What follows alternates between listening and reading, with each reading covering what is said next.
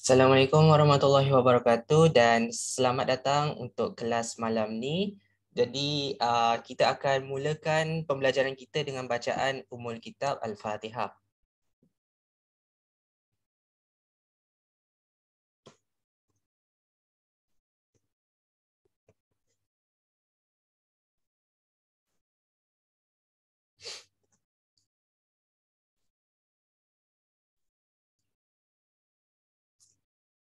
A'udzubillahi minasyaitonirrajim. Bismillahirrahmanirrahim. Alhamdulillahirabbil alamin wassalatu wassalamu ala asyrafil anbiya wal mursalin wa ala alihi washabihi ajmain. Allahumma aftah alaina hikmataka wansyur alaina min huzaini rahmatika ya arhamar rahimin. Rabbi shrah li sadri wa yassir li amri wahlul 'uqdatam min lisani yafqahu qawli. Wa sallallahu ala sayidina Muhammad wa ala alihi washabihi wasallam walhamdulillahi rabbil alamin. Okey,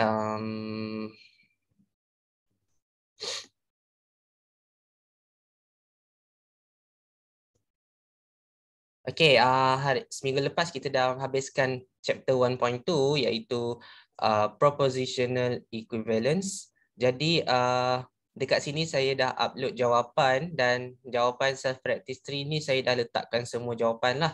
So jawapannya sangatlah jelas dan setiap jawapan juga ada jalan pengiraan serta saya menggunakan pelbagai warna untuk lihat macam mana penyelesaian ataupun solution bagi setiap soalan. Okey. Di sini adalah sedikit sebanyak saya guna formula. Jadi ada juga yang pelajar guna formula tapi lebih ringkas lah, tak ada masalah. Yang penting dapat jawapan akhir. Alright, so yang ni saya dah uploadkan ke dalam Google Classroom. Jadi kalau check dekat dalam Google Classroom ni, kita akan lihat dekat 1.2 ni. So dekat 1.2 ni sebelah nota ni nota, dia ada nama dia question lah. Dan dekat belah kanan dia adalah answers, jawapan dia. So kat sini ada jawapan dia, korang boleh semak. Dan setiap notes ni mesti ada upload lah. Setiap soalan sebelah dia diikuti dengan jawapan. Sebelah bawah lah. Okay. Jadi untuk 1.3 ni juga saya dah siap jawapan dia. Cumanya saya tak nak upload siap-siap lah. Sebabnya kalau saya upload awal pun nanti kira macam tak mencabar lah kan matematik ni kalau bagi jawapan awal. So biasanya saya akan bagi sebelum waktu kelas yang akan datang lah. Okay, hari ini kita masuk kepada topik yang seterusnya iaitu predicates and quantifiers. Tapi topik ni tak adalah banyak sangat, cuma latihan dia je lah yang banyak. Okay, latihan dia ada 8 soalan, so banyak jugalah. Dan setiap soalan ni dipecah-pecahkan lagi, so memang banyak. Okay, matematik ni memang banyak latihan. Sebab kalau nak tahu, lagi banyak latihan kita buat, lagi mahir kita akan faham lah. Lagi cepat kita akan faham.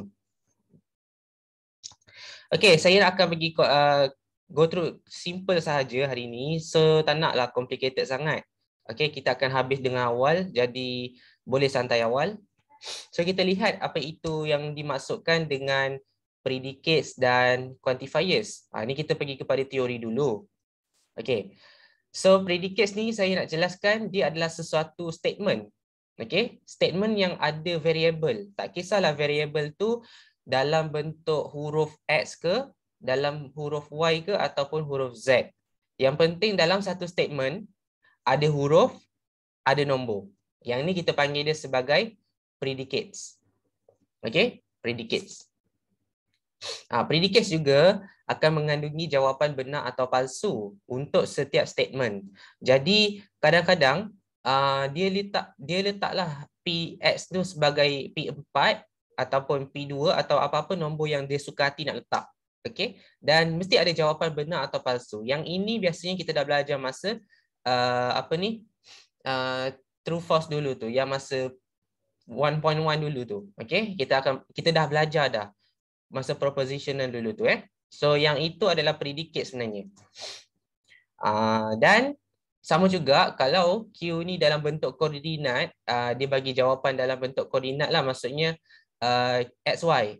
Okey, XY tu ditulis sebagai 1, 2 ataupun 3, 0. So kalau yang tu kita ganti je lah nilai dia. So kalau contohnya Q1, 2 ni, so 1 ni dibaca untuk X dan 2 ni dibaca untuk Y. So kita gantilah, kita substitute dalam statement ni. So 1 untuk X, okay, X sama dengan 2 tambah 3. 1 sama dengan 5. So salah lah. Okay, salah. 1 tak sama dengan 5. Yang ni teori sahaja, yang ni saya tak nak ajar sangat.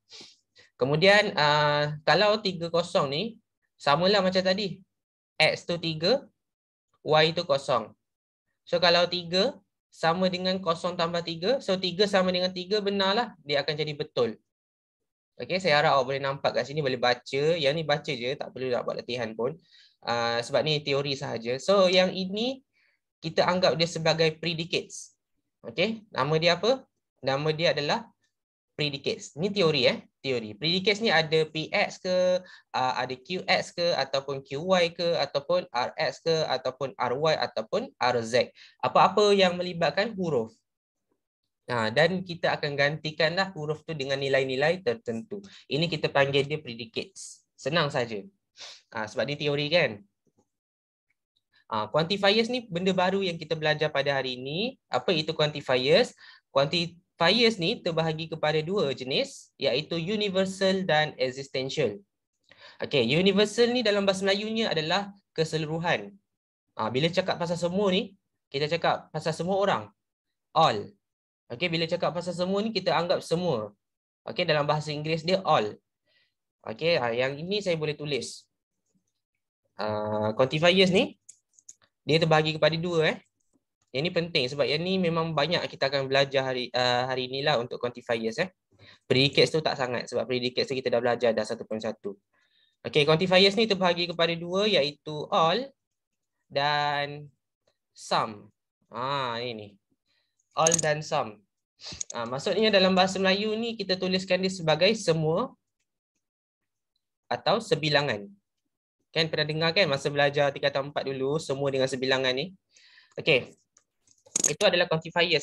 Ini adalah quantifiers di mana kita ada simbol-simbol yang special untuk mereka berdua ni. Simbol semua ni simbol dia sama je macam simbol A. Tapi simbol A ni tenggelam terbalik. Upside down terbalik. Tak tahu kenapa dia terbalik ni. Okey, kemudian simbol sebilangan ni dia bentuk dia sum adalah E Simbol dia E tapi E pun terbalik. Dia jadi macam ni, E terbalik Saya tak faham kenapa dia terbalik tapi memang dia terbalik. So jangan pelik lah kenapa dia terbalik. Okey, jadi quantifiers ni ada 2 sahaja. Ada all dan ada some, ataupun kita panggil dalam bahasa kasarnya atau bahasa matematik dia tu adalah universal, existential. Universal maksud dia adalah semua, existential tu maksudnya sebilangan maksudnya exist, wujud. Okey, wujud maksudnya ada. Maksudnya apa lagi selain daripada exist? Exist lah memang ada satu je lah. Okey, kita anggap dia sebagai wujud lah wujud ataupun ada. Maksudnya ada tapi tak semua. Kita anggap macam dia ada tapi dia bukan semua. Maksudnya macam itulah. Okey, so quantifiers ni ada 2 jenis, E dengan A, dan kita boleh baca dia ayat dia seperti for all, atau kita boleh baca dia for every.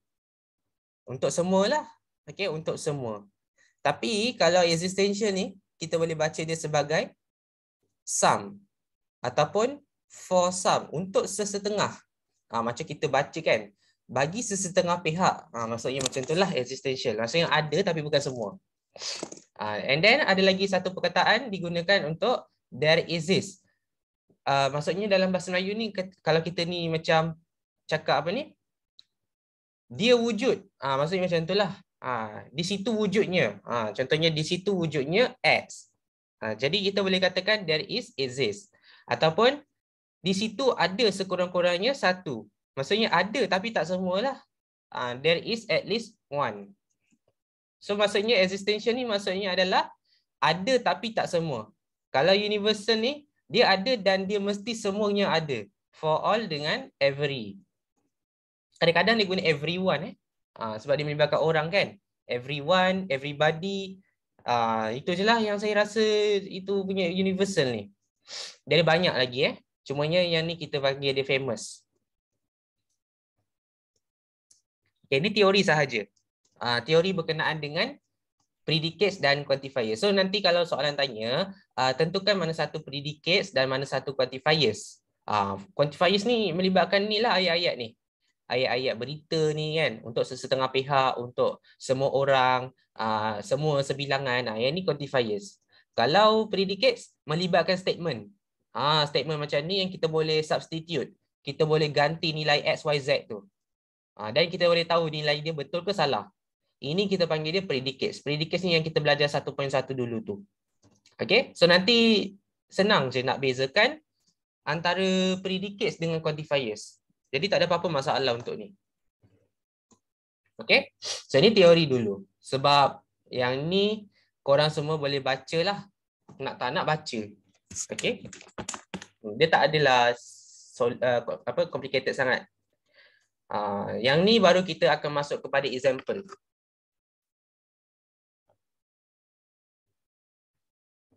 Okay.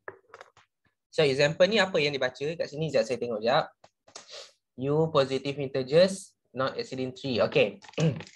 Yang ni example untuk predicates. Ni predicates punya example predicates punya example yang ni kita panggil dia predicates. Yang bawah ni kita panggil dia quantifiers. Nampak tak? Atas ni, PS ni, ini adalah statement. Okay, ini adalah statement. Statement di mana dia adalah sesuatu ayat yang kita tak tahu dia semua atau sebilangan. Kita cuma tahu dia adalah PX sahaja. So PX ni kita anggap dia sebagai predicates lah. Okay, predicates. Dan dekat sini jumpa je simbol A terbalik, kita dah boleh cakap dah, oh ni quantifiers. Sebab ada simbol A terbalik. Jadi kita boleh cakap tajuk ni di bawah predicates and quantifiers. Okay, predicates and quantifiers. Kita gabungkan tajuk-tajuk ni. Okay, so kalau kita tengok kat sini, ni saya ambil sekejap.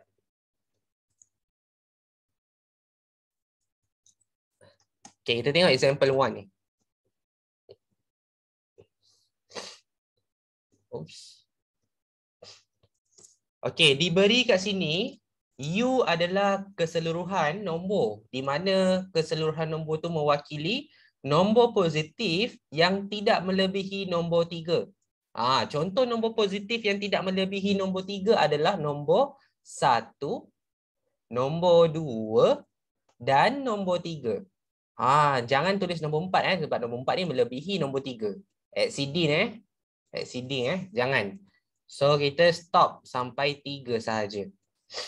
Tapi ingat, kita juga tak boleh mulakan dengan kosong. Sebab kosong bukan positif. Okay, not positif. Tengok dia cakap mulakan dengan positive integers. Jadi kosong ni bukannya positif, tak boleh mulakan dengan kosong. Jadi kita kena mulakan dengan nombor 1. Jadi try kita gantikan P, X tu sebagai P1. Kita gantikan dengan syarat yang diberilah dalam soalan ni. Okay, P1 jawapan dia berapa? Kita try tengok. X kuasa 2 kurang daripada 10. Okay, 1 kuasa 2 kurang daripada 10. Maksudnya jawapan dia adalah 1 kurang daripada 10. Yalah sebab 1 kuasa 2 kan? 1 kuasa 2 dapat 1. Jadi 1 ni memang kurang daripada 10. Jadi jawapan dia adalah benar kat sini. Tapi ingat tau, kita bukan tengok satu je jawapan. Kita tengok semua jawapan yang dalam ni. Okey, kita tengok jawapan 1, 2, 3 tu. So kita kena ganti lagi yang lain. Ganti lagi yang lain. Ni nombor 2 pula. So kita tengok pula apa jadi, apa kesan dia. 2 kuasa 2 kurang daripada 10. Okey, 2 kuasa 2 bersamaan dengan 4. 4 lebih kurang daripada 10. Maksudnya benarlah, betul lah tu. 4 ni kecil lagi daripada 10. Okey, last sekali 3 pula 3. Kita check. Nombor 3 ni betul tak? Adakah dia kurang So 3 kuasa 2, okay, kurang daripada 10. So 3 kuasa 2 bersama dengan 9. Jadi dia masih lagi kecil daripada 10. Okay, kita boleh katakan jawapan dia benar. Di sini, kalau awak lihat, adakah ketiga-tiga jawapan ni benar? Jadi kalau semua benar, kita boleh cakap untuk A, X, PX, okay, ataupun all, ataupun untuk semua bagi PX ni adalah benar. Okay. Untuk semua bagi jawapan PX ni adalah benar. Di sini ada saya sertakan formula. Okay, saya ada sertakan formula dekat bawah ni. Untuk quantifiers all bagi sesuatu predicates, dia akan jadi benar apabila semua jawapan yang kita cari itu sentiasa betul. Okay. PX is true, sentiasa betul untuk setiap nilai X tu. Maksudnya, setiap nilai X yang kita ganti tadi tu mesti kena betul. Yang ni kena betul, yang ni kena betul, yang ni kena betul juga. Okay. Maksudnya semua kena betul. Baru dia boleh jadi kat sini true. Tapi dia akan jadi salah. Dia akan jadi salah apabila salah satu yang akan cacat. Okay, salah satu yang akan cacat. Dalam statement quantifiers all ni, kalau contohnya satu buat masalah, kat sini contohnya false kan? Contoh ni contohnya false. Jadi kat sini kesudahan dia akan dapat false lah. Ini untuk predicates yang melibatkan quantifiers all. Boleh tengok formula kat sini. Ini adalah formula yang saya sediakan. Ini saya sediakan tahu. Bukan senang nak cari kat internet. Kat internet kalau cari bukan dapat, takkan dapatnya. Yang ini saya buat sebab nak senangkan pelajar. Senang sikit kalau dia cakap, oh saya pening lah. Macam mana nak tahu dia benar atau palsu kan? So tengok formula ni. Okay, so formula ni membantu sangat-sangat. Okay. Jadi sekarang ni, kalau nampak je salah satu dia cacat, contohnya kat sini false, so sini akan jadi false terus. Okay, dia akan jadi salah. Sebabnya syarat dia untuk betul adalah semua ni kena betul. Kalau satu buat hal, automatik dia akan jadi masalah. Dia akan jadi false. Itu adalah quantifiers untuk semua. Dia punya syarat dia sangatlah ketat. Okay, syarat dia sangat ketat. Okay, so jawapan tadi itu true so yang ni jawapan dia true. Sebab jawapan semua yang atas ni benar. So bila jawapan atas dia semua ni benar, baru diterimalah jawapan dia akan jadi true. Okay. So yang ni kena tengok betul-betul. Tengok syarat dia macam mana nak buat. Tengok syarat dia, gantikan dia dan cari nilai dia lah. Nilai kebenaran tu. Okay, kita lihat pula soalan yang kedua. Ada lagi tak kat sini? Tak ada kot. Dua je kan contoh. Yang ni saya ambil daripada slide ni kan. Okay. Yang ni. Apa jadi kalau simbol E terbalik? Untuk sum ataupun untuk existential ni. Apa jadi? So kita baca dulu syarat dia. Okay, kita baca syarat dia. U diberi kat sini syarat dia adalah nombor positif. Okay, nombor positif ni kita tahulah start dengan nombor 1, 2 dan seterusnya kan. Okay, yang tidak melebihi nombor 4. Not exceeding 4. Okay, not exceeding 4 maksudnya tidak melebihi nombor 4. Jadi kita pun tulis 1, 2, 3 dan 4. Sampai sini. So 4 ni kita kena gantilah. Gantikan P1, P2, P3, P4. Okay, gantikan P1. Berapa P1 ni? So gantilah. Macam tadi kan. Ni kita dah ganti dapat jawapan yang sama lah. Sama je macam tadi. Okay, ini saya copy paste lah. Okay, yang ni saya copy paste. Sebab jawapan dia sama je. Okay, sekejap. Cumanya yang ni saya kena tambah sikit lah. Sebabnya dia ada nombor 4. Okay, dia ada nombor 4. Yang ini saya kena tambah sikit. Okay, P4. P4. Sebab tadi kan dia cakap tidak melebihi 4 kan. Maksudnya 4 ni termasuklah di dalam golongan dekat sini dekat quantifiers ni. Okay, so kita tengok apa jawapan dia. 4 kuasa 2 dapat 16. Okey, 4 kuasa 2 dapat 16. Okey, so 16 ni kecil daripada 10. 16 ni kecil daripada 10 ni salah ni. Okey, salah ni. Satu ni cacat buat hal. Ni satu cacat buat hal. Tapi ingat dia cakap cari kebenaran bagi existential. Existential bagi PX. So existential ni maksudnya kalau ada yang betul, kita akan dapat betul lah. Ini kalau awal tengok formula ni. Sekejap saya tunjuk formula lagi sekali. Dia akan dapat true. Okay, formula dia kat sini awak boleh lihat. Note that. Maklumkan balik. Dimaklumkan balik bahawa ini formula dia. Okay. Dimaklumkan balik bahawa kalau untuk existential, cerita dia terbalik sikit daripada yang universal tadi. Kalau universal, dia cakap PX ni akan jadi benar apabila semuanya benar. Okay, all true. Ni all true Kalau all true baru dia akan dapat true.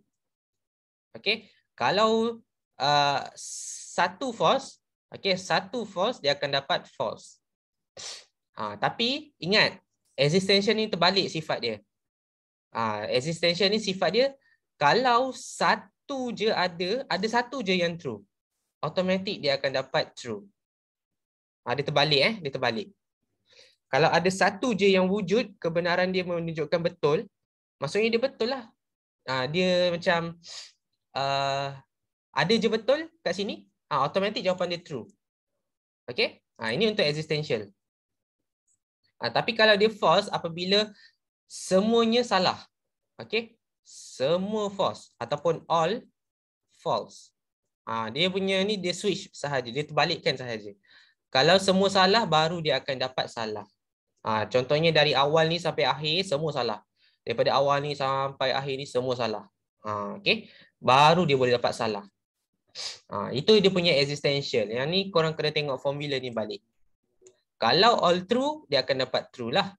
Kalau satu false, dia akan dapat false. Tapi kalau existential, terbalik. Senang sahaja. Rujuk balik formula ni. Okay? Jadi ini adalah contoh yang korang boleh rujuk daripada notes yang saya letak tu. Dan notes tu sangatlah jelas. Di mana kat sini juga disediakan nota, formula. Di sini juga disediakan jalan kira. So semuanya ada, lengkap sangat. Oops. Okay, ini example satu. Maksudnya kita cerita pasal apa itu predicates dan quantifiers. Okay, ini kita ganti je. Ganti ikut situation ataupun syarat yang diberikan dalam soalan. Okay, ni jawapan dia.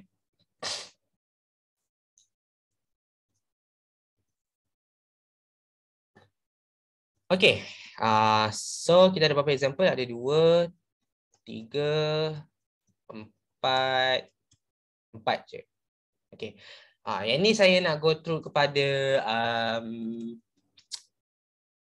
inilah contoh 1 dengan contoh 1 sampai contoh 4 sebab yang ni sekejap je, tak lama pun. Benda ni sekejap je, buat tak sampai 10 minit pun.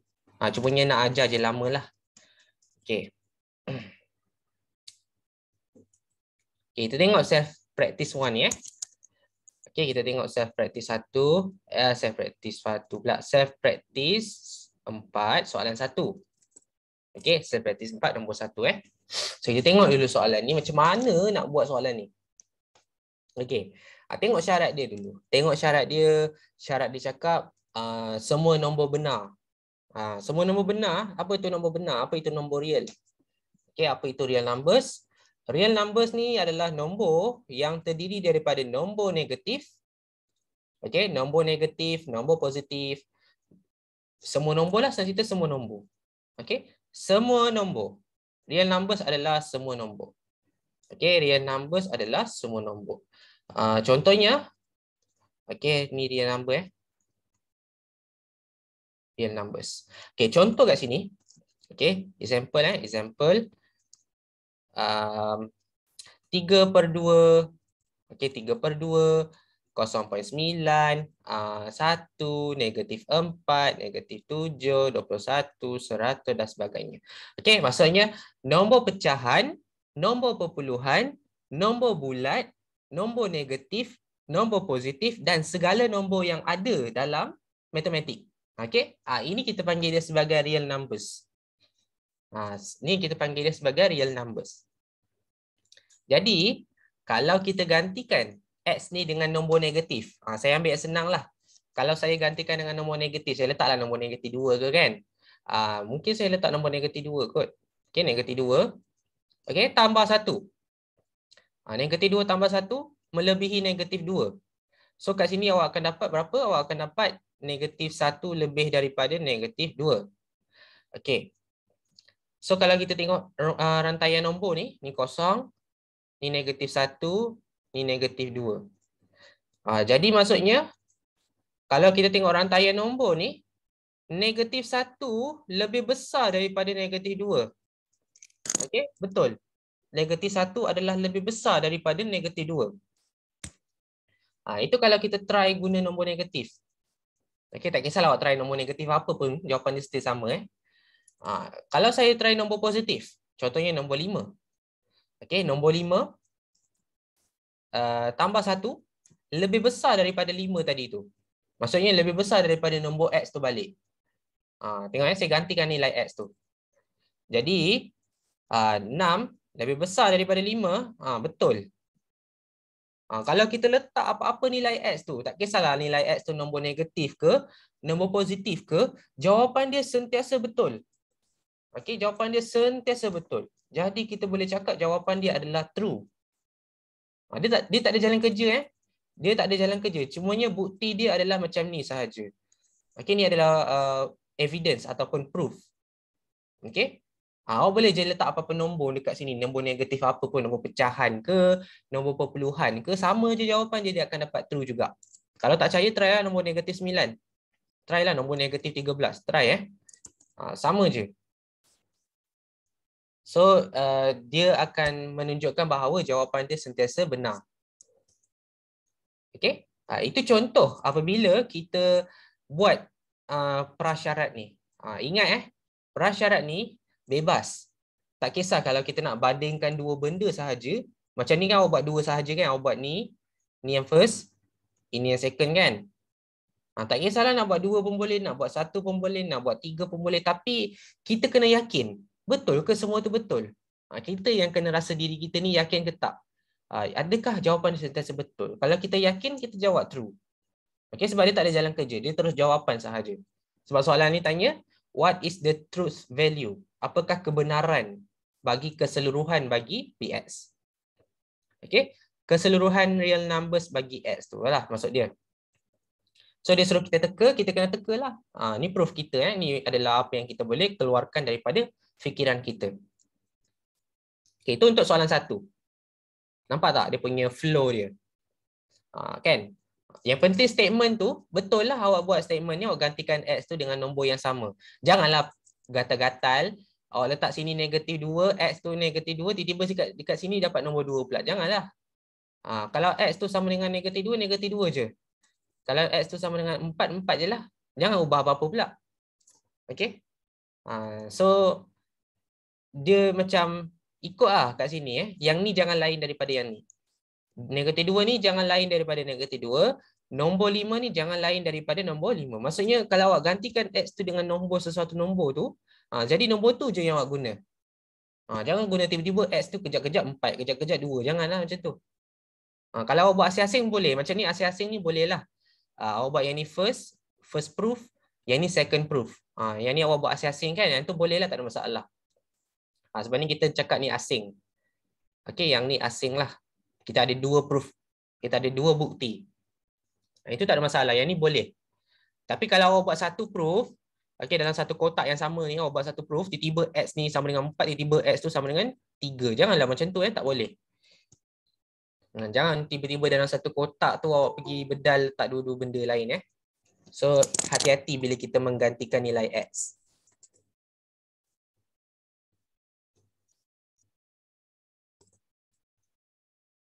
Okey. Banyak pula contengan kat sini. So saya padam kat sini.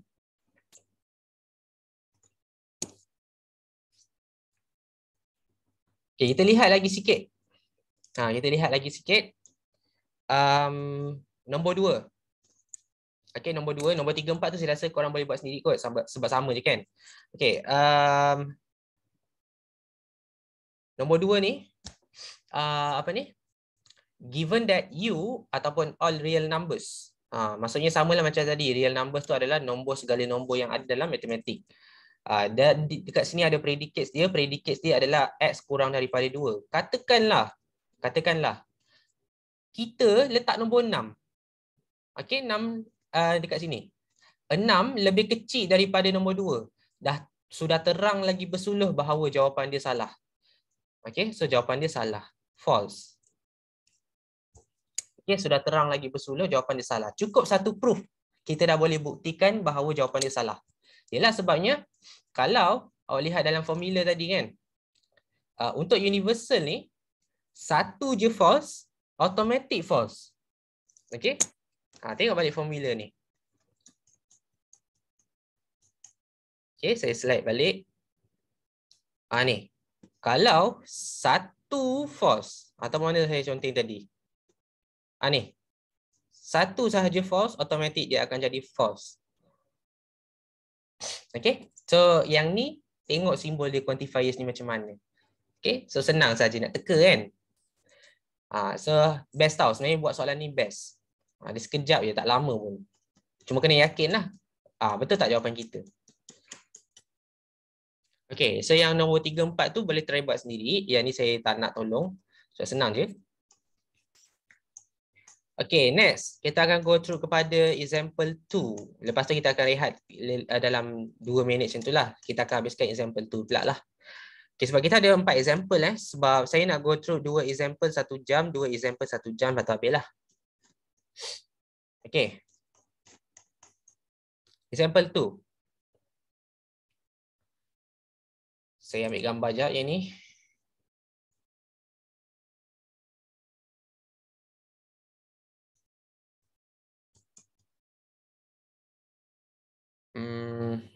Tak bawah ni lah.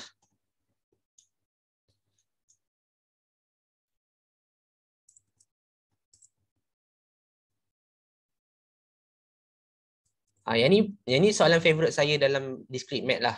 Okay, yang ni soalan favourite saya. Sebab apa? Sebab soalan ni memang jawapan dia tak perlu kira-kira pun. Jawapan dia memang ada depan mata. Kenapa saya cakap jawapan dia depan mata? Jawapan ni kreatif ikut kekreatifan pelajar. Sebabnya kita baca, kita keluarkan jawapan. Itu je. Okay. Tengok macam mana nak buat. Okay, diberi kat sini. Syarat untuk U adalah pelajar MTK 3013. Kamulah kan? Okay. So, CS. X ialah computing student. Ini adalah bagi CS. CS ni menunjukkan bahawa dia adalah pelajar computing. Kalau MX ni adalah pelajar multimedia. Dan SS yang last kali ni adalah smart. Pelajar yang smart. Yang hebat-hebat, yang pintar. Okay. So, kita tengok kat sini. Kita kena ungkapkan. Express ni maksudnya ungkapkan. Bukan suruh cari jawapan. Dia suruh ungkapkan. Okay, dia suruh buat dalam bentuk statement.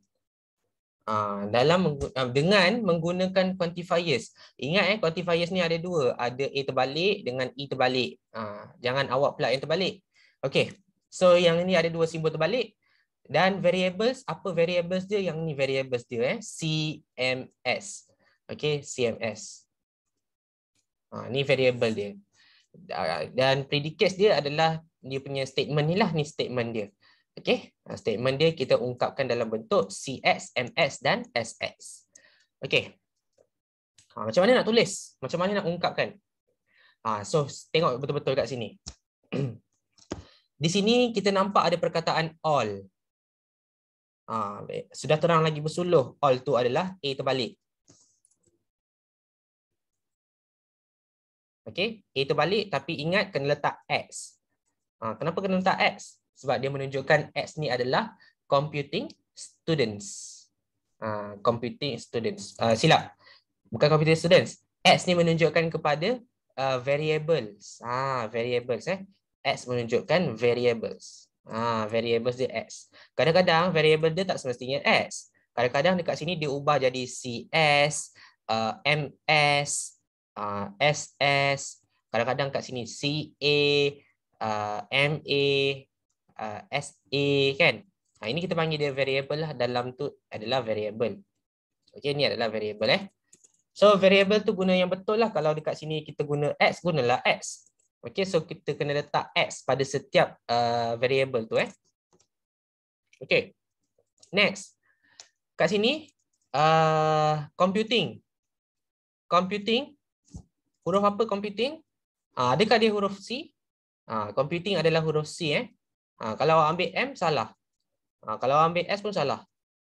Computing adalah computing iaitu C Jangan salah-salah ambil huruf. Lainlah kalau awak butuh huruf Okey. So yang ni letak C X. Jawapan dia adalah CX. Computing students. Jadi kita gabungkan. Di sini dicakapkan kat sini are smart students. Okay, are smart students. Kadang-kadang kita confuse. Nak guna apa Nak guna simbol and atau nak simbol or atau nak guna simbol conjunction ataupun nak simbol apa implication. Ada 3 simbol. Sama ada nak guna simbol and, nak guna simbol or atau nak guna simbol implies. Ada 3 cara awak nak guna. Nak guna mana satu? Okey, awak tengok kat sini Kalau ikut jawapan notes ni, kita guna implies. Kenapa tak guna and? Kenapa tak guna and? Sebab yang belah kanan ni are juga kan? Kenapa tak guna and? Sebab dua-duanya are. So kalau awak baca slides, saya tak letak dalam slide sini. Kalau awak baca notes sekejap saya buka balik. Diploma Sains Komputer. Okay.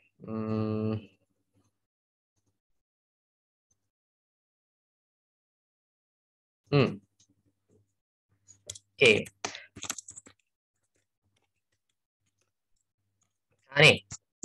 Universal untuk universal quantifiers ni sentiasa mengambil simbol implications.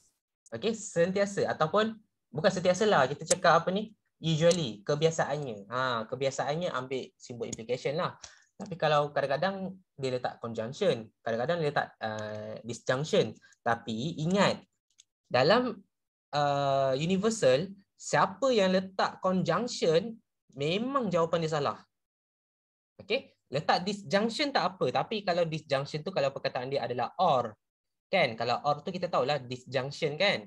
Tapi kalau diguna R ni tolong jangan letak conjunction. Kalau simbol quantifiers dia adalah all. Okey? Kalau simbol quantifiers dia adalah all, kita akan gunakan implication punya simbol. Okey? Tapi kalau kita punya quantifiers kita adalah E terbalik. Okey, quantifiers kita adalah sum ataupun existential. Biasanya kebiasaannya usually akan ambil conjunctions. So biasa sebab tu kita tengok perkataan are, kita akan letakkan simbol and ataupun dalam bahasa matematiknya adalah conjunction. Kita tak boleh letak implication. Nanti jawapan dia akan jadi incorrect ataupun salah. Okay, so hati-hati bila menulis. Happy menulis jawapan ni, tapi yang tak happy-nya kalau salah tulis simbol. Okay, yang ni biasanya kita akan gunakan apabila perkataan kata or. Yang ni kita akan gunakan are ataupun but. Okay, yang ni are ataupun but.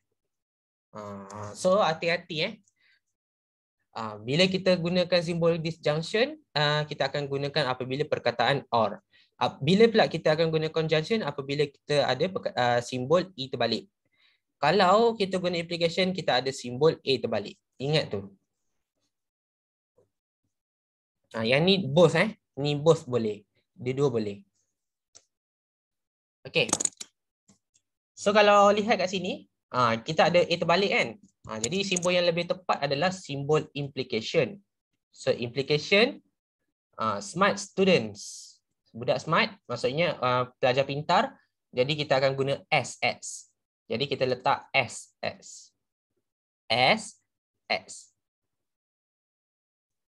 Okey. So siap. Awak tutup bracket dia. Okey, tutup bracket dia. Kena buat bracket sebabnya kita nak asingkan dia. Jadilah jawapan. Ini je lah. Siap. Senang kan? Sebab jawapan di depan mata. Okey, jawapan di depan mata je. Ambil daripada statement ni. Senang saja. Tak perlu pun nak kira-kira. A tambah B berapa? A tambah B sama dengan 11. Tak adanya. Okey. So yang ini senang sahaja. Boleh tengok jawapan dekat sini. Directly answer. So tengok balik question yang seterusnya apa lagi. Dia bagi kat sini. Mana tadi? Saya pun terlupa dah. Okey ni. Ni. Sum. Okay, sum. So kita tengok kat sini. Oops. Saya terpadam yang ni. Okay, kalau sum. Oops.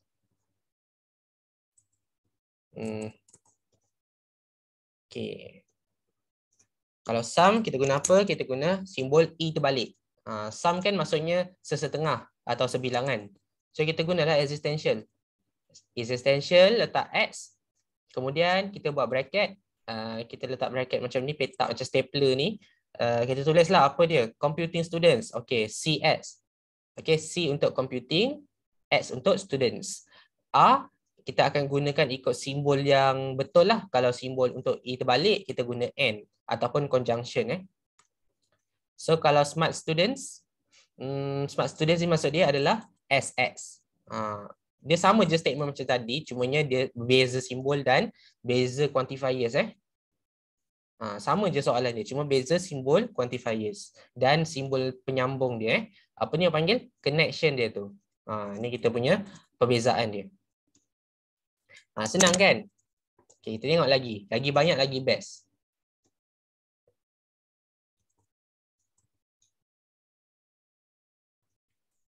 Okay, sekejap saya letak lagi kat sini.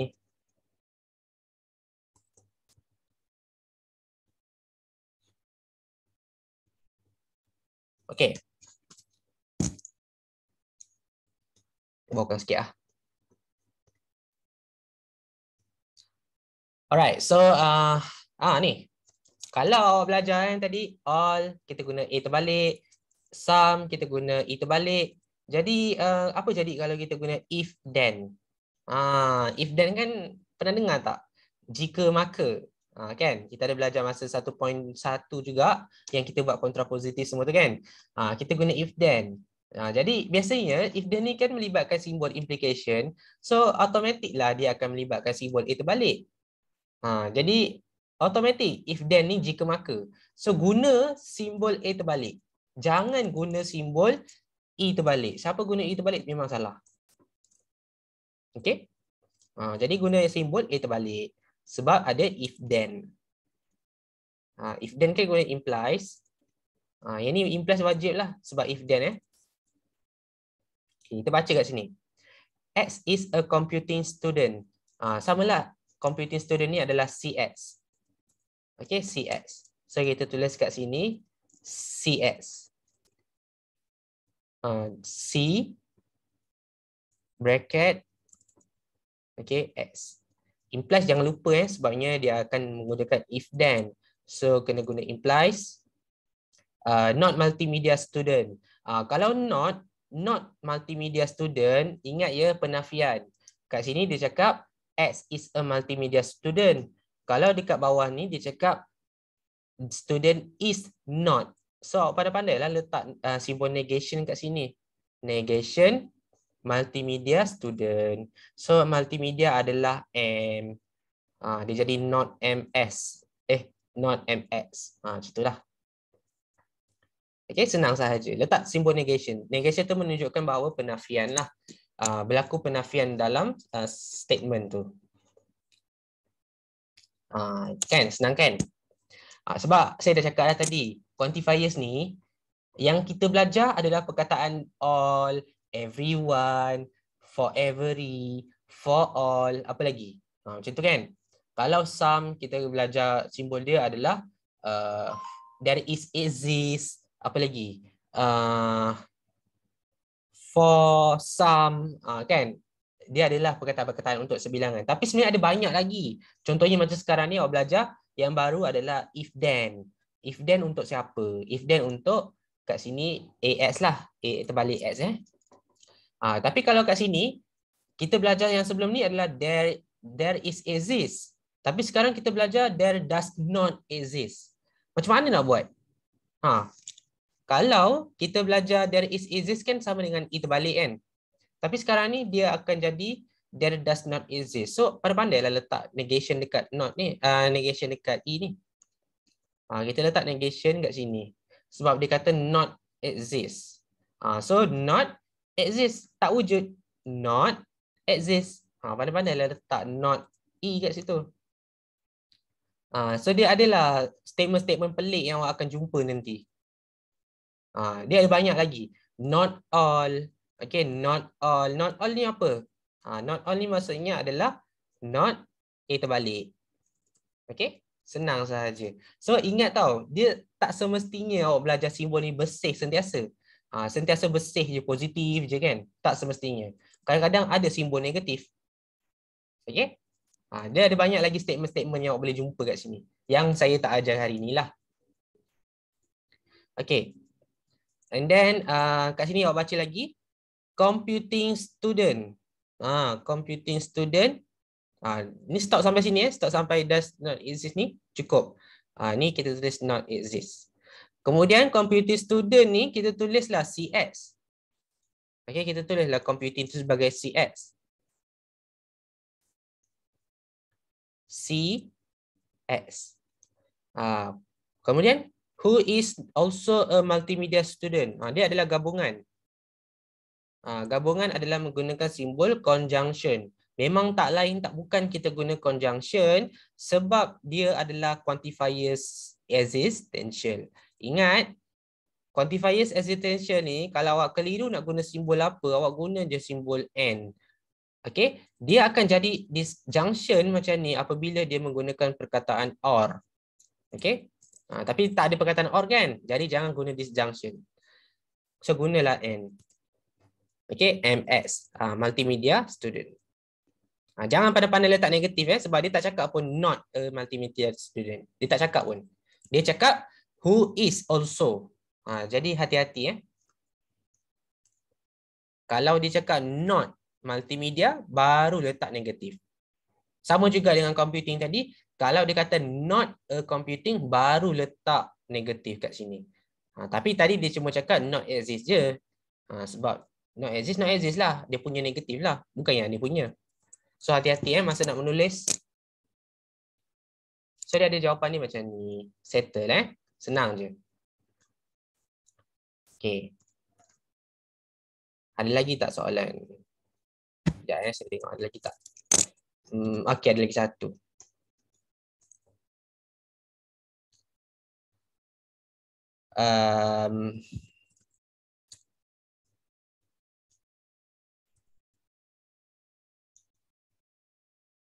Okay, ni pun sama, senang je. Awak boleh tengok. Dia menggunakan if, dia menggunakan then. So, automatically akan guna AX.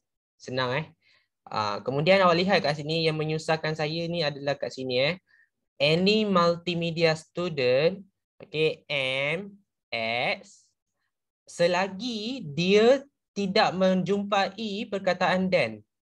Okay, then ni menunjukkan anak panah. Then menunjukkan anak panah. Okay. Di sini awak jumpa apa? Awak jumpa MX. Di sini awak juga jumpa SS. Kadang-kadang saya confuse. Nak letak apa ni? Okay, nak letak apa ni? Macam mana nak gabungkan dia? Okay, kita boleh letak simbol N. Okay, awak boleh letak simbol N. MX, N, SS. Sebabnya dia tak sampai lagi kepada then tu. Selagi dia tak sampai, jangan buat anak panah. Okay, selagi dia tak sampai, jangan buat anak panah. So, dia akan jadi macam ni lah. MX dan SX, then CS. Maksudnya macam tu lah. Okay, so yang ni awak kena buat bracket tambahan lah. Awak kena buat bracket tambahan. So, saya buat bracket tambahan kat sini. Okay, and then awak kena letaklah kat sini. Then, ni then Ini then. then computing student So computing student letak CS. Baru siap. Dia panjang sikit lah tapi tak apalah. Yang penting baca, convert je jadi dia punya predicates. Kadang-kadang kan soalan ni dia akan tanya kita, dia suruh kita convertkan dari predicates quantifiers ni kepada ayat. Yang tu saya ada bagi latihan kat situ. Boleh tengok kat sini latihan ada kat sini soalan ni soalan 7. Soalan 7 ni saya nak awak convertkan dari predicates ni kepada ayat. Ni adalah dia punya kata kunci kat sini, awak boleh baca. So kadang-kadang dari predicates ni tukar kepada ayat, ataupun daripada ayat ni tukar kepada predicates. Ni adalah kata kunci dia. Kata kunci ni saya sahaja je bagi satu karangan, tak nak susun cantik-cantik. Sebab kalau susun cantik-cantik nanti senang lah nak buat jawapan kan. Macam sekarang ni awak tengok kat sini, cantik je saya susun kat sini. Senang je awak baca kan. Tapi kalau saya letak macam tu, senang lah awak jawab. So kalau macam ni saya letak bersepah macam ni, saja nak bagi susahkan pelajar. Okay, tengok faham ke tak sebenarnya. Tapi kat sini ada lagi sedikit, dia guna S. Kalau saya guna S, awak pun kena guna S. Jangan guna X. Okay, guna S. Itu adalah satu benda yang saya suka kacau pelajar lah. Suka kacau, suka usik. Saya tukar-tukar je benda dalam ni. Ni pun kira latihan jugalah. Mencabar sikit matematik ni. Ini pun sama. Tukarkan kepada dari statement ni kepada quantifiers tadi tu. Cumanya yang ni lebih senang. Ni basic sikit. So 5 dengan 6 ni sama. 5 dengan 6 ni soalan yang sama saya ajar. Dan soalan nombor 7 ni convertkan statement predicate quantifiers ni kepada ayat. So yang ni dalam example 2. 5, 6, 7 soalan 5, 6, 7 ni based on example 2. Soalan 5, 6, 7. Okay, soalan 5, 6, 7 ni based on example 2. Soalan 1, 2, 3, 4 ni based on example 1 Ni adalah example 1 punya. So ni based on example 1. So kalau macam tu senanglah nak buat. Okay, jadi yang ni saya bagi awak rehat dulu dalam 2 minit. So 9.11 lah, 9.11 lah saya bagi lebih sikit lah. 9.11 minit kita akan sambung lagi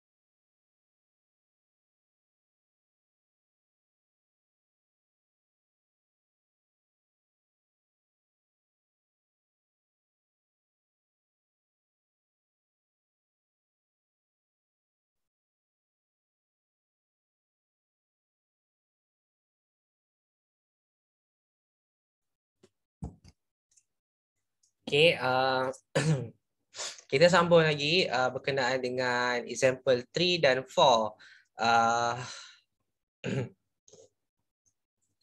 Okay, example 3 dia sama macam example 2, cuma example 3 ni saya, mana tadi?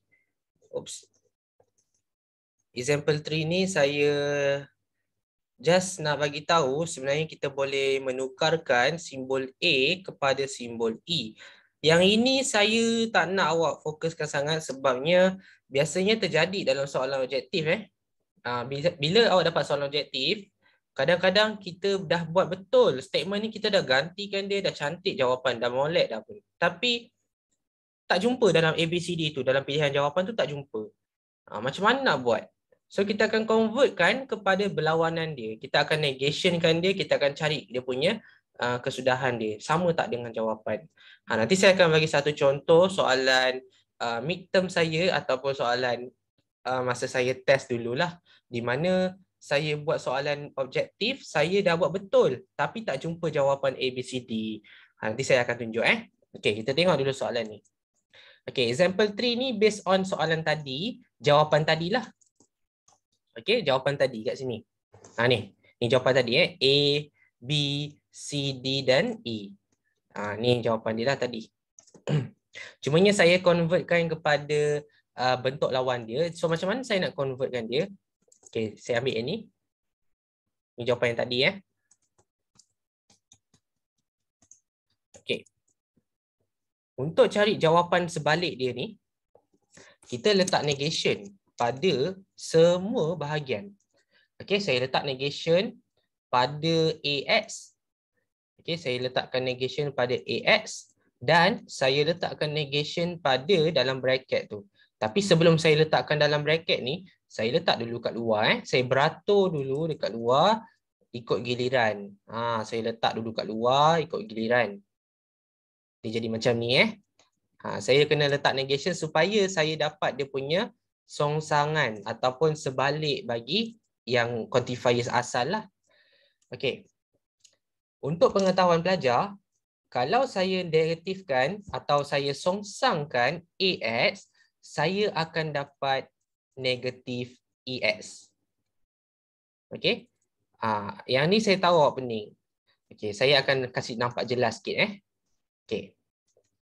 Kalau saya negatifkan, ni saya letak bracket lagi Okay, kalau saya negatifkan, saya songsangkan quantifiers ni akan jadi negatif. Maksudnya negatif kali positif akan dapat negatif. Okey, nampak Negatif kali positif akan dapat negatif. Kemudian negatif kali dengan A akan dapat E. Dia berlawanan Nampak tak? Sebab tu saya letak bracket supaya awak nampak lebih jelas. Tapi negatif ni tak perlu darab dengan X, tak perlu maksudnya cukuplah sekadar dia darabkan dengan A sahaja ataupun darabkan dengan simbol A tadi. Kalau simbol A dia negatif, dia akan jadi positif lah. Kalau simbol A dia positif, dia akan jadi negatif Dia bertukar simbol. Ikutlah soalan ni. Okey. Kemudian yang negatif yang dekat luar bracket ni dia masih lagi menunggu kat luar. Cumanya awak ingat lagi konsep implication di mana saya potong kepala anak panah ni. Okey, saya potong kepala anak panah ni menggunakan implication law. Okey, implication law saya akan dapat saya dapat apa? Saya dapat echo kat belakang C echo kat belakang C. Okey, ni CX CX.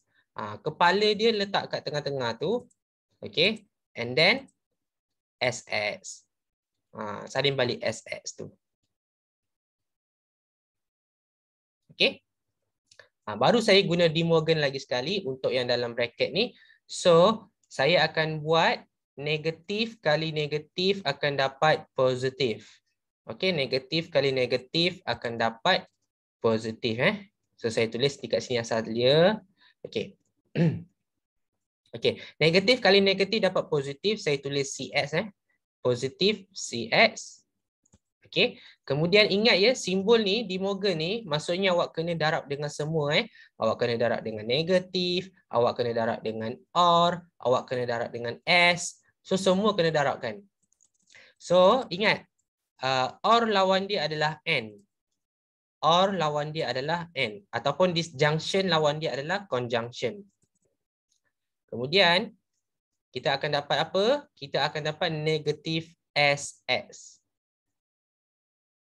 Negatif SS. Okey, ini jawapan dia. Jadi kan, kadang-kadang ada pelajar, dia cari jawapan dekat objektif, dia tak jumpa yang ni. Dia tak jumpa. Okey, tak jumpa dalam ABCD. So dia akan buat cara ni, supaya dia dapat yang bawah ni. Sebab kadang-kadang jawapan objektif tu ada yang bawah ni. Ini jawapan dia. Kita cuma gunakan De Morgan Law dengan kita just guna implication law sahaja. Potong kepala dia, lepas tu kembangkan dia gunakan De Morgan Law. Darabkan negatif lah.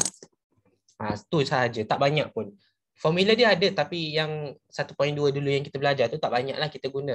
Kita cuma guna De Morgan dengan implication law. Tak banyak. Itu dia punya kesudahan jawapan. Sikit je jalan kerja dia. Tak perlu tulis dia punya formula. Tak perlu Kalau rajin tulis formula, kalau tak nak tak apa. Sebab apa? Saya dah cakap, kalau kita nak tulis formula, kita akan sentiasa ingat formula. Okey, kalau awak nak cepat hafal kan, awak tulis formula apa yang awak guna. Kalau awak tak nak tulis, tak apa, tak ada masalah. Okey? Okey, ini untuk yang first. Senang je kan? Kita lihat pula yang second.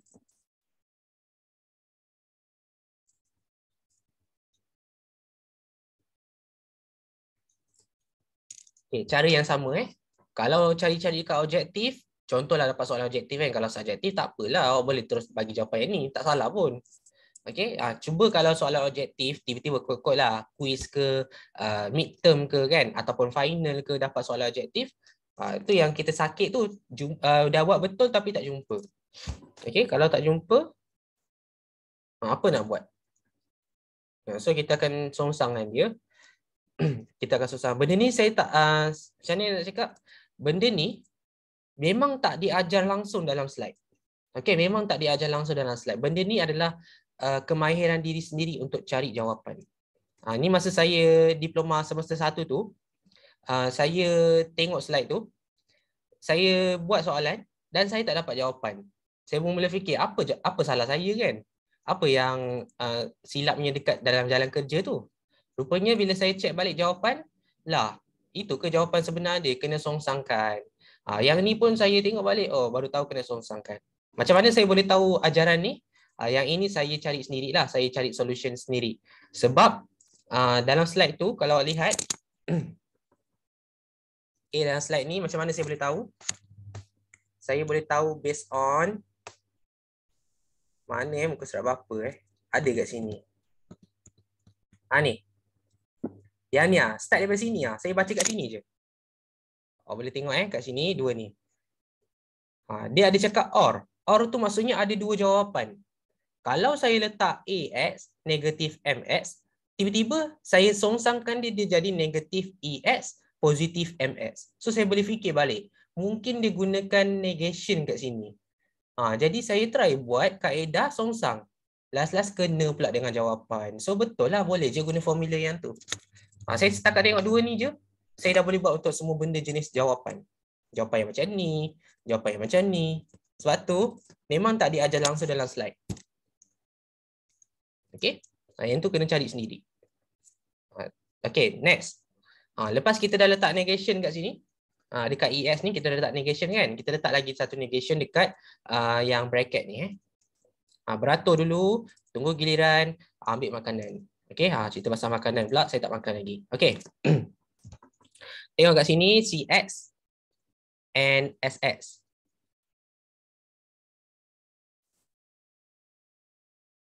Alright. Ini nak buat apa? Yang ini tak ada implication kan? Kalau tak ada implication, terus je kita convertkan kepada De Morgan's Law. Terus masukkan dalam De Morgan's Law. Negatif kali positif dapat negatif. Letak negatif. Kemudian negatif kali dengan E ataupun E songsang dapat A terbalik. Dapat A terbalik. Songsangkan simbol dia. AX. Okay, AX. Kemudian letak bracket, darabkan negatif yang dekat luar tu, dia tunggu lama kan, ambil giliran dia. So negatif ni darabkan dengan C, akan dapat negatif C.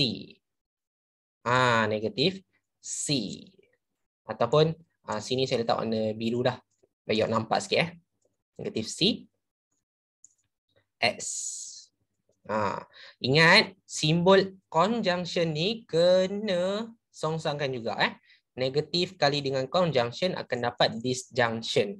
So, terbalikkan simbol dia. Ni saya guna warna hijau.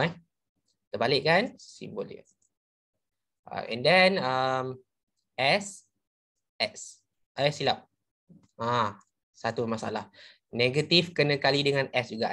Negatif kali dengan S akan dapat negatif SS. Macam ni. Warna-warni dah saya guna kat sini. Okey. Adakah jawapan dia selesai? Tidak. Adakah jawapan selesai? Tidak. Kenapa? Kenapa tidak selesai jawapan dia? Kerana simbol quantifiers di sini adalah universal. Dan universal, ingat ya, formula dia universal sentiasa ataupun kebiasaannya menggunakan implies. Sentiasa gunakan simbol implies. Jadi, konsep implication tu, kita kan biasa belajar apa ni? Sembelihan ataupun potong kepala kan anak panah tu. So kali ni kita cantumkan kepala dia balik dengan anak panah tu. So kita akan buat macam ni. Mana? Okay. So dia akan jadi macam ni lah. Okay, kita akan cantumkan balik. Dia kalau dah sembelih dia boleh cantumkan balik. Yang ini dia best sikit. Sebab dia adalah anak panah. Okay, so anak panah ni, ekor dia dengan kepala kita cantumkan, dia akan jadi rapat lah macam ni. Ni saya guna warna hijau, implies macam ni. Okay, so negatif tu dah hilang lah sebab negatif tu dah bercantum dekat anak panah. So dia dah hilang. So dia jadi C bersih. Nampak tak? Dia dah cantum ekor tu dah hilang, dah melekat balik. Ada tarikan magnet. Okay, so negatif SS tu kekal. Negatif lah, janganlah dia hilang juga sebab dia memang dah negatif. Sebab memang dia duduk situ diam-diam, jangan buat apa-apa. So biarkan dia kat situ solid. Siaplah. Itu jawapan dia. Okey. Nampak Jadi inilah penyelesaian bagi soalan predicates dan quantifiers. Kalau dapat soalan objektif dah buat betul tapi tak jumpa dalam jawapan, bolehlah guna kaedah ni. Okey, lagi. Masih kena buat lagi Lagi latihan. Ni ada lagi 4 lagi 3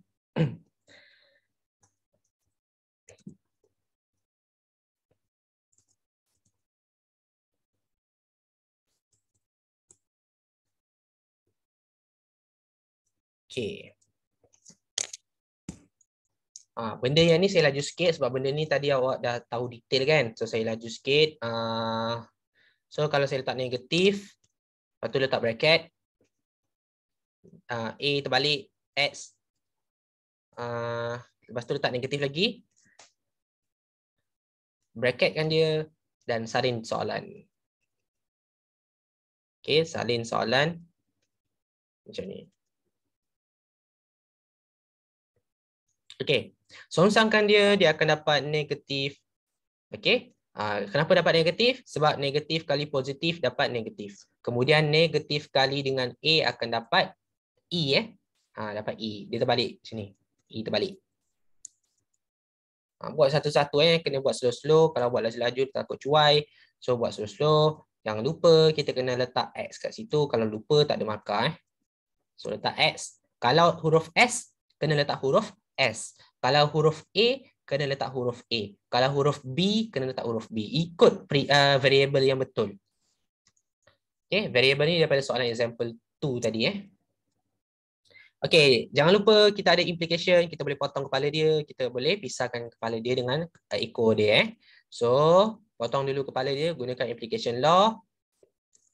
Negatif letak belakang, CX. Okay, kepala dia tergantung. Okay. Mungkin sebab line terputus. Dah mulalah line nak buat hal ni. Okay. So kita lihat kat sini, tadi ni saya dah potong dia punya implies. Saya dah letak ekor dekat belakang, kepala kat tengah dan salin balik negatif MX. Lepas tu kembangkan. Kembangkan tu senang je kan. Ni dapat negatif. Saya punya lain dah buat. Nak kena habiskan cepat Okay, mana tadi? Dah ni settle. Lepas tu ni kembangkan je lah macam biasa potong kepala dia dan sebagainya. Lepas potong kepala dia, ekor dekat sini, kepala dekat sini, lepas tu try lah. Negation ni jumpa dengan negation akan dapat positif Guna kaedah De Morgan. Jangan lupa negatif kali negatif dapat positif C. So negatif kali dengan negatif dapat positif. Negatif kali dengan negatif C dapat positif C saya tulis C sahaja. CS. Objektif memang pedih soalan objektif memang sakit. Nanti saya tunjuk soalan final saya. Okey, lepas tu negatif jumpa dengan disjunction dia akan dapat conjunction. Lepas tu negatif jumpa dengan negatif M. Negatif ni jumpa dengan negatif M dapat positif M. Buat satu-satu jangan buat laju-laju. Buat satu-satu, nanti kalau buat laju-laju nanti cuai. So buat sikit-sikit pelan-pelan. Okey, siap dah macam ni. Tiga je, tiga line je. Tak panjang pun. Okey. Next, sama juga saya ulang lagi benda yang sama. Negatif. Yang ni hati-hati tau sebab yang ni kan awak kena letak bracket Kena letak bracket dulu macam ni. Negation EX. Okey, letak dulu siap-siap. Lepas tu letak negatif kat belakang sebab kita nak songsangkan dia. So kena letak negatif, kena letak bracket. Dan ni CX and MS. Okey. Buat benda yang sama buat benda yang sama. Negatif kali negatif dapat positif. Ingat ya, negatif kali negatif dapat positif. Kemudian negatif kali dengan E akan dapat A. Yang ni dia jadi A positif pula.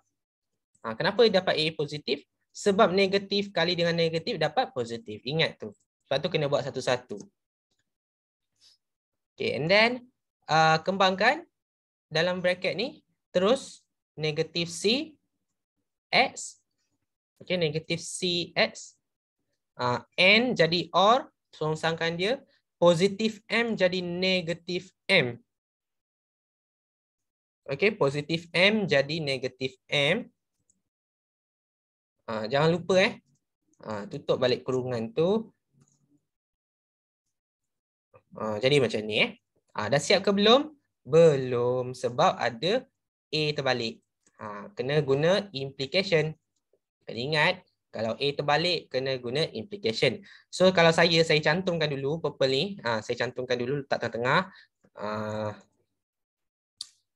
Tak macam ni, siap-siap. Saya suka letak siap-siap tau sebab nanti takut tertulis negatif kat depan, nanti akan menyebabkan jawapan kita salah. Okey.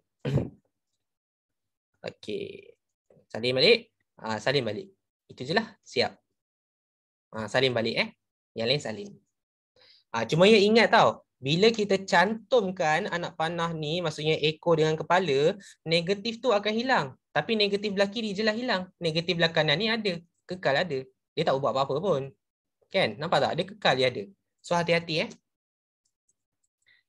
dan siap lah macam ni. Settle. Easy kan? Ada lagi tak? Ada lagi tak? Ada lagi satu kan? Malasnya nak buat. Okay, sekejap. Okay, yang ni saya kena buat slow-slow sikit sebab yang ni panjang. Okay.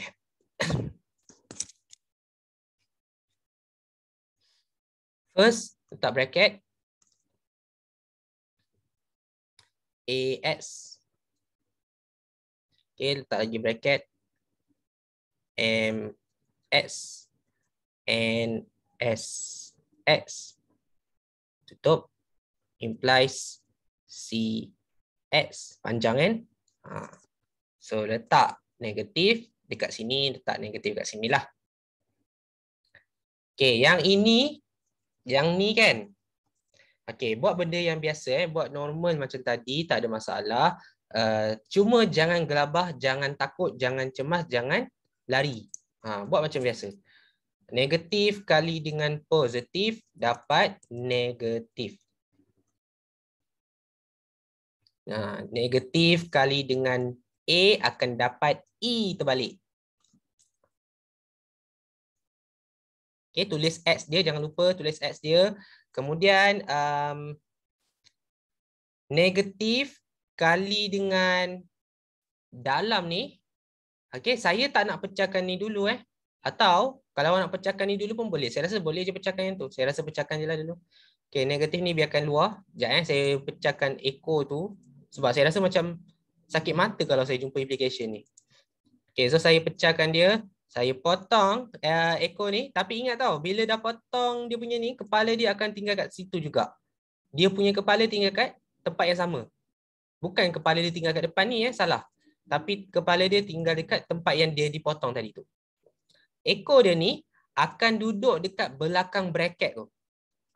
Bukan dekat belakang S Jangan letak belakang S, tapi letak belakang bracket tu. Sini. So echo dia tercampak jauh kat sini, dekat depan ni. Dan kita salin balik MX and SX. Dia jadi macam ni Okay. Oops. Okay, and then kembangkanlah macam biasa. Yang bawah ni salin, macam tadi tak buat apa-apa, negatif EX.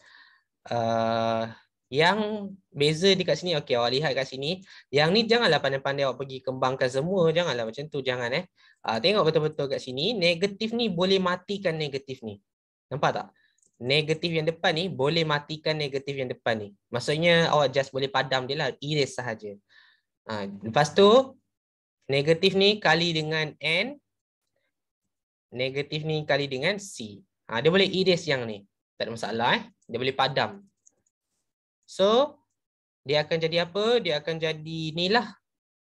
Negatif kali negatif, positif. Saya letak tambah kat sini. Tambah ataupun awak tak payah tulis tak apa. So, MX and SX. Ni kekal macam biasa, tak buat apa-apa pun. Okay. Lepas tu, negatif ni kali dengan OR ataupun disjunction, dia akan ubah jadi conjunction. Tukar simbol and. Okay, kemudian dia akan sambung dengan negatif. Ni ikut negatif kali positif C akan dapat negatif C. Okay, negatif CS. Kan dah siap? Panjang sikit lah sikit. Negatif ni, positif ni kalau tak nak tulis tak apa, boleh padam Okay, siap lah macam ni. So tak adalah awak nak kena kembangkan panjang-panjang ni, tak ada pun. Nak kembangkan negatif M or S. Tak ada tak payah. Siap sampai sini saja. Still lagi 3 line. Cuma panjang je lah. Kan senang. Okay, nampak cara nak buat dia. Senang sahaja. Awak boleh tengok macam mana. Dan notes juga saya dah bagi. Cumanya dalam soalan soalan self practice tu saya tak buat lah. Saya just tengok balik lah. Contohlah kalau kat sini ayat dia diberi and then awak dah convertkan kepada predicates and quantifiers, cukuplah sampai situ, tak payah nak panjang-panjang lagi.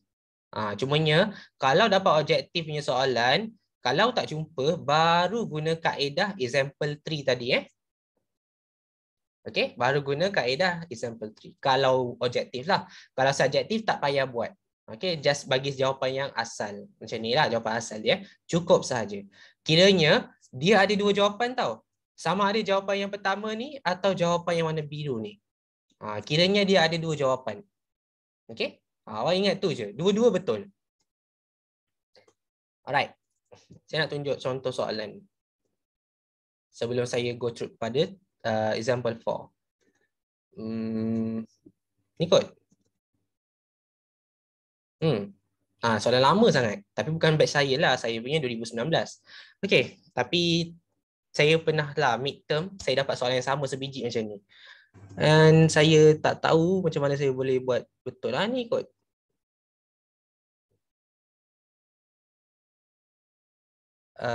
Ni kot.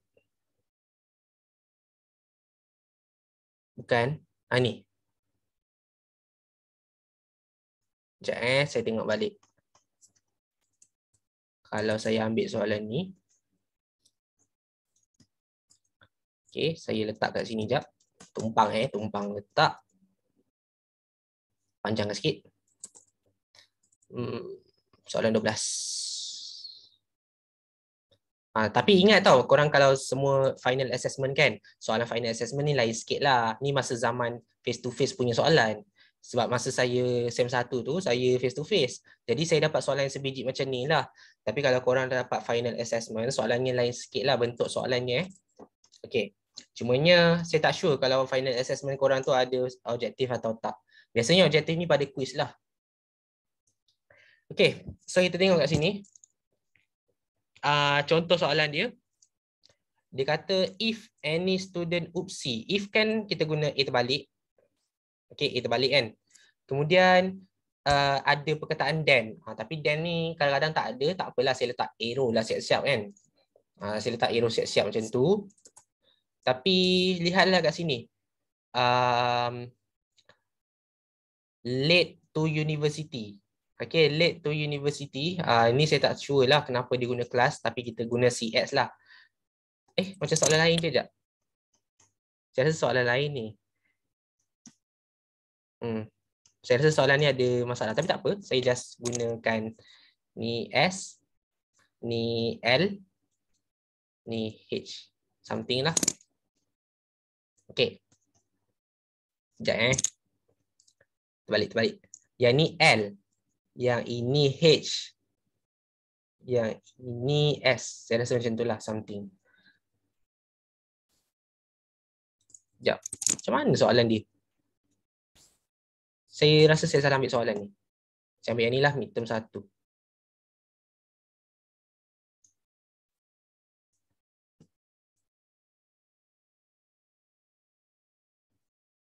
Bukan.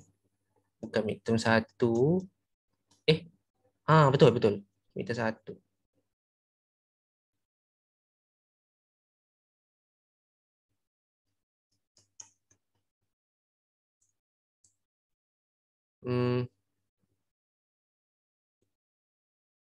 Ni je lah saya punya notes. Tak banyak.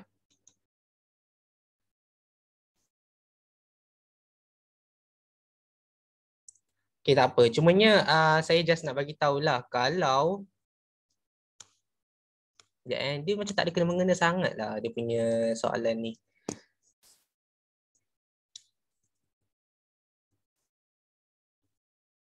Sebab saya tengok soalan midterm dia pun salah.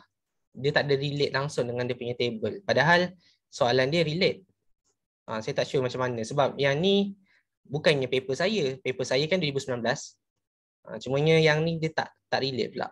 Tak apalah. Cumanya kalau dapat soalan objektif kan dia ada banyak pilihan. Saya just bagi tahu lah. Saya bagi tahu sini. Kalau being late to university tu awak boleh gelarkan dia sebagai L lah kan. Dan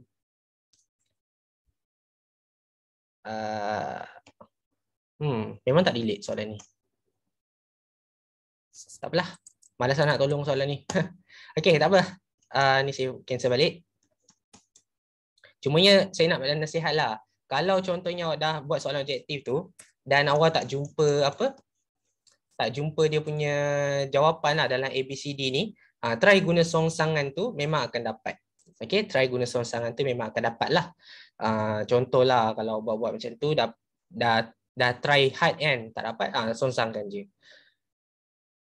Okay, some of the student university lives in hostel. Live in hostel adalah H. Some adalah E, so EH. But are always late to class. Always late to class, tapi kat sini not always late to class. So dia akan jadi negation C. So jawapan dia B direct lah. Yang ini saya boleh nampak B direct jawapan dia. Sebabnya dia memang directly answer kat sini. Okey, cumanya kalau awak tak jumpa jawapan macam ni, tiba-tiba cari-cari tak dapat kan. So try songsangkan dia dapat apa. Dia dapat negatif A X, kemudian ni lah dia akan jadi HX implies negatif ni lah implies CX. Macam itulah something. Okey. Sekejap saya buat dia punya equation yang sama dengan ni. So kalau awak tak dapat yang ni, saya ada banyak tau koleksi soalan apa? Soalan midterm dengan final. So kalau yang ni, kalau saya terbalikkan dia, saya akan dapat negatif AX. Kemudian saya akan dapat negatif HX or CX. Ni awak tahu kan kenapa kan? Yang ni E positif jadi negatif A, saya songsangkan dia. Positif H, saya jadikan negatif H. Conjunction jadi disjunction. Negatif jadi positif. And then saya cantumkan arrow dia, saya cantumkan anak panah, saya cantumkan ekor dan kepala, saya akan dapat HX implies CX. Itu kalau awak tak dapat jawapan lah daripada soalan B tu kan. Soalan B pula, soalan kan. Contohnya jawapan dia B tapi tak jumpa. So buatlah macam ni. Kod-kod ada, kena ambil lah yang tu. Okay, ini contoh soalan objektif. Tapi saya tak tahulah macam mana boleh error kat sini. So biarlah. Okay, cukuplah sampai soalan tu. Saya tak nak go lama-lama. Sebab benda ni tak penting pun. Sebab 1-2 soalan je, tak banyak. Yang ni adalah satu benda yang saya tak faham. Sebab tak ada dalam slide. Jadi, saya akan ajar sekali jalan je lah yang ni.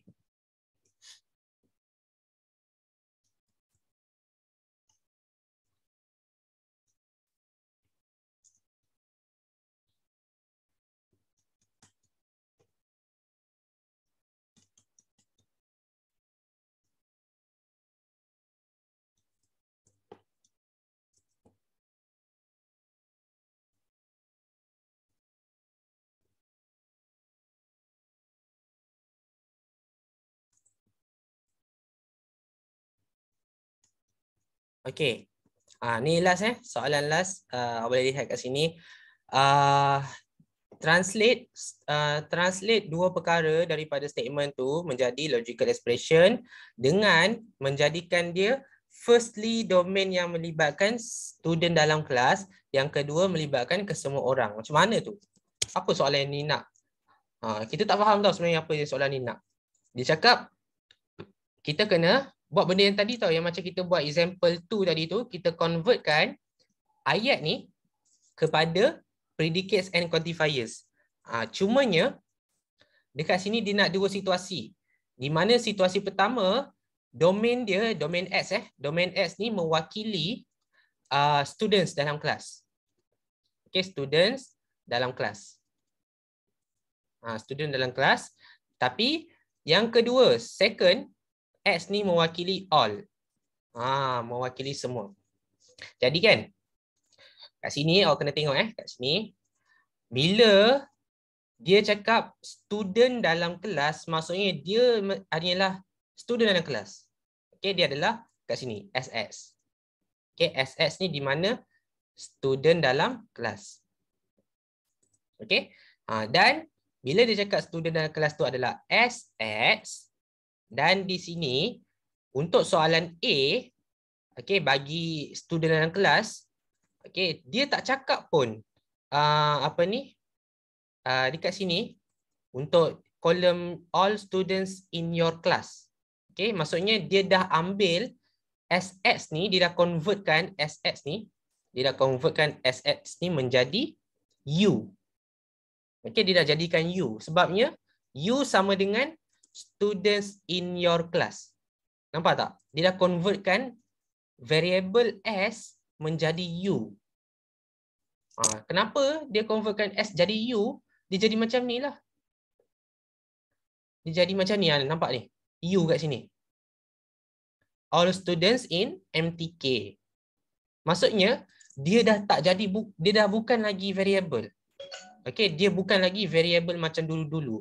Tak perlu pun nak tulis SS kat sini. Jangan tulis SS. Jangan Jangan langsung tulis SS. Sebab SS ni dah jadi U. Dia dah jadi U, dia dah hilang. Universe sangat. Dia dah hilang. Okay, so tak boleh tulis SS dalam ni. Jangan tulis SS. Macam tadi kan, example 2. Dalam example 2 tadi, mana ada kita tulis dia punya variable kan? Mana ada kita tulis students in MTK 3013 kat sini? Tak ada pun dalam statement ni. Mana ada? Tak ada pun kita tulis US. Tak ada pun. Nampak tak? Tak ada kan? Jadi, sama juga dalam kes ni, kalau diberi variable SS tu sama dengan student in your class, tiba-tiba kolom yang pertama ni dia cakap domain ni mewakili student dalam kelas. Jadi dia maksudnya dia dah menukarkan SS tu menjadi universal. Dia bukan lagi variable. Dia adalah universal. Dia bukan lagi variable. So, bacaan dia akan abaikan student in your class. Dia akan abaikan perkataan ni. Dia akan abaikan. Dia akan abaikan semua ni. Okay? Dia akan abaikan semua tu. Dia akan abaikan student in your class. Dan dia akan tengok apa tau? Dia akan tengok perkataan quantifiers tu. Kalau for all, untuk semua, kita gunakan all lah. Kita gunakan quantifier all. Yang tu kita dah belajar tadi. For all. Cumanya, kita akan terus baca dekat sini. Kita akan terus baca selepas domain tu. Ni kan domain kan? Ni kan domain dia. First domain first domain kat sini ni first domain. So tak boleh baca yang tu So kita start baca dekat selepas domain ni. Not a lazy student. So not L lah, not L. Not LS. Tulis macam ni. Itu saja jawapan dia. Ini untuk first domain. Okay? Not lazy. So tulis not L. So sambungkanlah all X, not LX. Sambungkan sahaja. Cuma ingat domain tu jangan tulis dekat kolom domain ni. Okay, domain tu jangan tulis dekat kolom domain. So, tengok ni pun domain dia juga jangan tulis. Okay, domain first domain dia. Kita cakap not pass mathematics course. There is adalah some ataupun existential. There adalah some. Kemudian not pass. Not pass kat sini MS. Jangan pula kita tulis not. Kita tulis MS saja. Tulis MS. Sebab dekat sini memang dah siap-siap dia cakap not pass. So sini MS. Cukup sampai situ. Okey, cukup sampai situ. Kemudian some. Gunakan simbol EX juga. There is pun sama, gunakan simbol EX. Sama-sama gunakan simbol ni dan bacakan dekat sini. Yang ni potong sekejap di domain jangan ambil. Okay, domain jangan ambil. Chinese student. Okay, Chinese student tulis CS sahaja. Okay, C untuk Chinese student. Dan not a genius student. Tulislah. GS ni adalah genius, so tulis not GS. Okay. Siap kat situ. Senang saja. Untuk domain yang pertama ni senang sangat.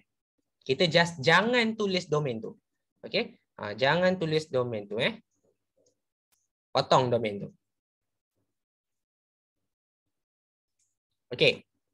Untuk kes ni, no students. Ni benda baru ni awak belajar. Perkataan no students. Tak ada pelajar langsung. Okay. Tak wujud lah. Maksudnya tak wujud. Not exist. Ini perkataan baru yang kita tak pernah nampak. No students. Tak ada pelajar. Not exist. Okay. Not exist. Sama juga dengan none. None maksudnya tiada sesiapa. Jadi tak ada langsung. Tak wujud langsung. Not exist. Ini perkataan-perkataan kebat. Okay. None. No students. Dia tak sama dengan not all. Kalau not all maksudnya not all. Itu lain. Itu hati-hati. Tapi kalau none atau no student, kita gunakan not exist. Ini adalah not exist. Kita gunakan not E. Itu adalah formula baru. Hati-hati. So kat sini kita gunakan not E, not E. Dan baca baliklah. Ni domain jangan tulis. Ambil balik physics course. Physics adalah untuk P. Ni not not taken. Not taken physics course. So not P ni kalau P dia cakap has taken. Jadi P, negative PS adalah not taken. Lazy student adalah LS. Itu sahaja, senang sahaja untuk first domain. Okey, ini adalah untuk first domain. First domain jangan tulis domain dekat dalam statement ni. Dalam predicate ni jangan tulis. Okey, ni tengok first domain yang consist students of your class. Tapi kalau second domain consist of all people. Tak ada langsung pun dinyatakan dalam ni. Nampak tak? Tak ada pun statement all student kat sini. Maksudnya, maksudnya kat sini, domain tu tak ada pun yang kita kena potong kat sini. Tak ada pun kita kena potong kat sini. Kalau ada perkataan all your class ataupun in your class ataupun ada perkataan students in your class, memang kita kena tulis SS. Sebab dia bukan domain kena tulis SS. Sebab ini kita katakan dia all people. Yang ini sebabnya dia bukan domain. Okay, so SS ni adalah variable. Kita boleh accept dia sebagai variable ni pun SS, ni pun SS, ni pun SS, ni pun SS. So kena mention kat sini SS. Dan untuk second domain ni, sebabkan dia guna all, nampak tak? All people. Sebabkan dia guna domain all people, semua dari atas sampai bawah ni, semua kena guna implication. Walaupun dia guna simbol existential. Semua kena guna implication. Ini kes lain. Ini kes soalan apabila soalan tanya first domain dan second domain. Ini first domain and second domain. Ini adalah soalan jenis first domain dengan second domain lah. Tak ada dalam slide Yang ini ilmu tambahan ataupun pengetahuan tambahan. Ini saya ambil daripada junior saya ataupun senior korang punya soalan assignment. Cumanya itulah, yang ini pengetahuan tambahan So, cantumkan balik SX tu dengan yang tadi tu. Cantumkan balik dengan LX, negatif LX. Cantumkan balik dengan MX. Cantumkan balik dengan CX. Negatif GX, negatif PS dan LS. Okey? Cantumkan balik kat belakang ni. Itu sahaja. Cumanya yang ni kena tambah sikit domain lah. Domain pula. Kena tambah predicate SS tu. Okey? Ni. Untuk second domain. Simbol jangan ubah. Simbol quantifier jangan ubah. Kekal sama. Kekal sama macam tadi. Okey? Kena sama. Sebab dia merupakan statement yang sama. Cuma beza dia adalah domain. Yang ini saya ada bekalkan latihan. Awak boleh tengoklah macam mana nak buat latihan yang last kali soalan nombor 8. Ini sama je cara dia. Okey. So yang ni boleh rujuk balik notes macam mana first domain dengan second domain ni berlaku. Tapi yang paling penting sekarang ni adalah ni. Simbol baru ni. Simbol baru pula. Apa ni? Statement baru yang awak tak pernah nampak, yang jarang berlaku lah. Tapi nanti kalau soalan keluar, mungkin dia akan keluar yang ni lah. Not all, none, not student kan. Nah inilah selalu keluar. Okey. Cukuplah sampai sini sahaja. Saya tak nak panjang-panjang. Jadi itulah penamat tajuk predicates and quantifiers yang saya boleh ajar. Walaupun ada lagi satu tajuk yang namanya adalah nested quantifiers. Tapi nested quantifiers ni sama je macam yang asal tadi, yang example 1 tadi. So saya tak nak ajar yang tu, sama je. Cuma nested ni adalah gabungan daripada dua quantifiers berbeza dalam satu statement. Itu je lah, tak jauh beza pun. Cumanya soalan ni saya tak nak tekankan lah. Yang ni pun agak susah, complicated. So belajarlah mana yang senang. At least dapatlah pengetahuan sikit. Okay. So yang ini untuk example 4 ni, saya nak nasihatkan balik. Untuk example 4 ni, kenal pasti dulu first domain dia siapa, kenal pasti dulu second domain dia siapa. And then, kalau first domain tu kena dengan mana-mana variable, contohnya first domain tu tiba-tiba lah first domain dia adalah fizik. So potonglah fizik kat sini, potong fizik macam tu lah. Tapi kalau first domain dia adalah student in your class, potonglah student in your class dan sebagainya. Potong sahaja. Itu kalau first domain. Kalau second domain, tak ada kena-mengena langsung dalam ni. Tak ada kena-mengena langsung, so kena ambil semualah. Okay, kena ambil semua. So, SS tu kena tulis balik lah. Okay. Dan kita ingat balik, all people kena guna implication. Okay, all people kena guna implication. Sebab ni adalah second domain. Second domain sentiasa guna implication. Walaupun quantifiers dia adalah existential.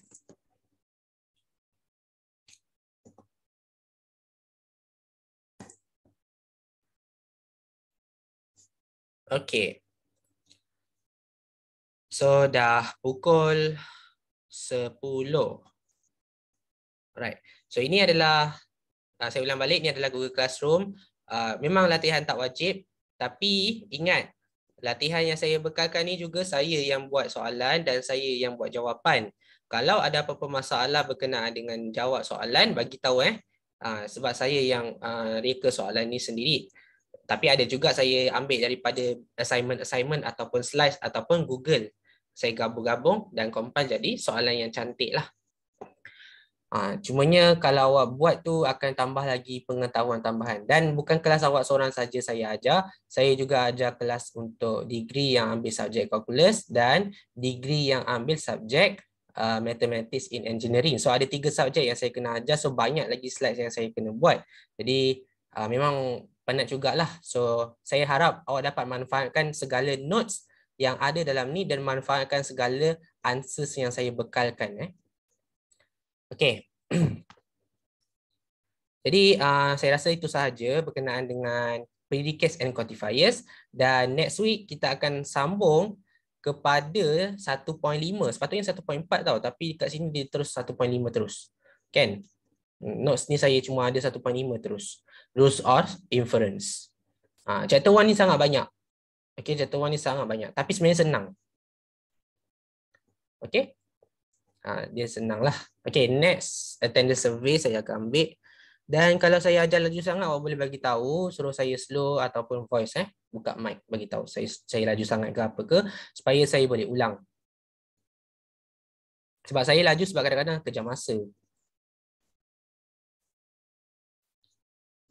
Okay, ini adalah link Google Form. Awak kena ambil attendance lah sebab saya nak buat report.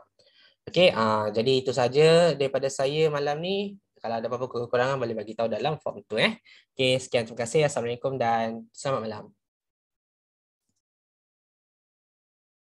Terima kasih. Okay, sama-sama. Terima kasih, Cikgu.